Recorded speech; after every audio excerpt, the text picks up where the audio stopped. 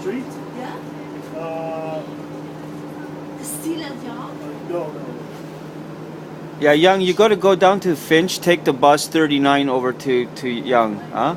She knows that, I guess.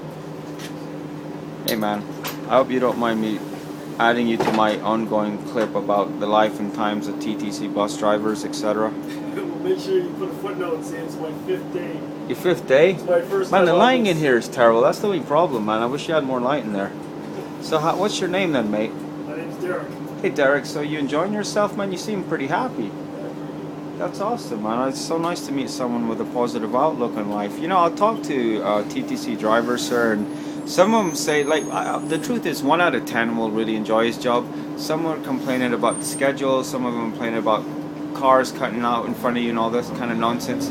I think an optimistic man can always be happy. Next stop, we don't have. You agree with that stuff, man? Sounds pretty good.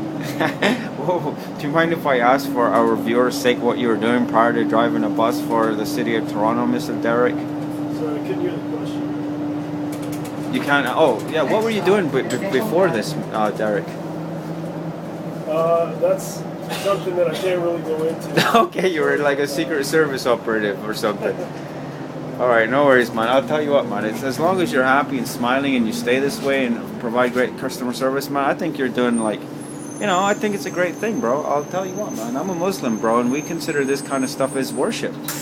Worship, like to, you know, to honorably perform your job and all this kind of nonsense. And I'll tell you a story to justify that. I'm not just pulling that stuff out of thin air. Basically, there was a bunch of people sitting at the mosque yabbering away about all kinds of theological nonsense. And then, you know, there's 2 versions of the story. Like, basically, in one version, Prophet Muhammad, peace be upon him, and his family and his folks, or his guys, are sitting there. Some laborer passes by, and he's carrying his wood or whatever, and he's on his way to his work. And Prophet Muhammad said, that guy's the real mujtahid, not you guys. Mujtahid means ijtihad, it's from the word jihad. It means to strive. Mujtahid means a person who, like, studies religious law. So these guys were sitting around thinking they're hot shots. And he said, no, man, to earn a living, to earn a lawful living, that is what is, you know, that's a better kind of worship in God's eyes. Now, story number 2 is the guy comes over and he's ashamed to shake Prophet Muhammad's hands. And he says, my hands are calloused from working that much. And Prophet Muhammad, peace be upon him, and his family takes his hands and he kisses the calluses. And he's like, God, Allah subhanahu wa ta'ala loves these hands.